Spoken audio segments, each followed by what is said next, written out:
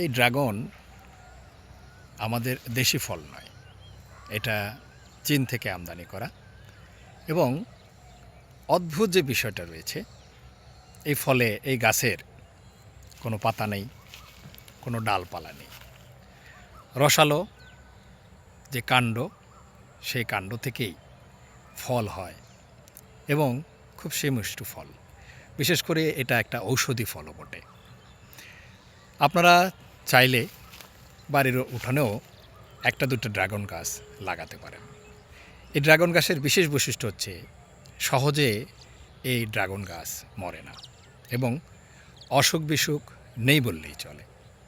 শুধু নিয়মিত যদি খাবার এবং পানি দেয়া যায় তাহলে সে আপনাকে ফল দেবে।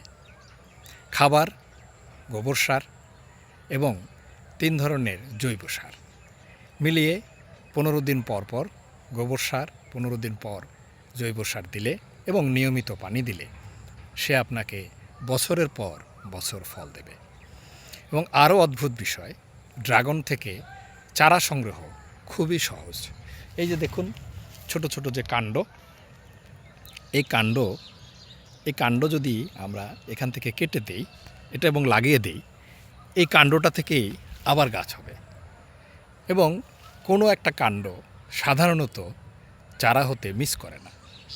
তাই আপনারা চাইলে এই ধরনের কাণ্ড সংগ্রহ করে বা চারা সংগ্রহ করে লাগাতে পারেন। এই পদ্ধতিতে লাগাতে হবে এমন কোনো কথা নেই। তবে যেহেতু ড্রাগনের নিজের কোনো কাণ্ড নেই, শক্ত হয় না, এই কারণে তাকে সাপোর্ট দিতে হয়। আর এই সাপোর্টের জন্যই এই খুঁটির ব্যবস্থা। খুঁটির পরিবর্তে আপনি বাঁশ দিতে পারেন। তবে খুঁটি দিলে সুবিধা হচ্ছে দীর্ঘমেয়াদী খুঁটি নষ্ট হবে না, দীর্ঘমেয়াদী এই গাছগুলি থাকবে। একটা ড্রাগন কমপক্ষে 8 থেকে 10 বছর ফল দেয়।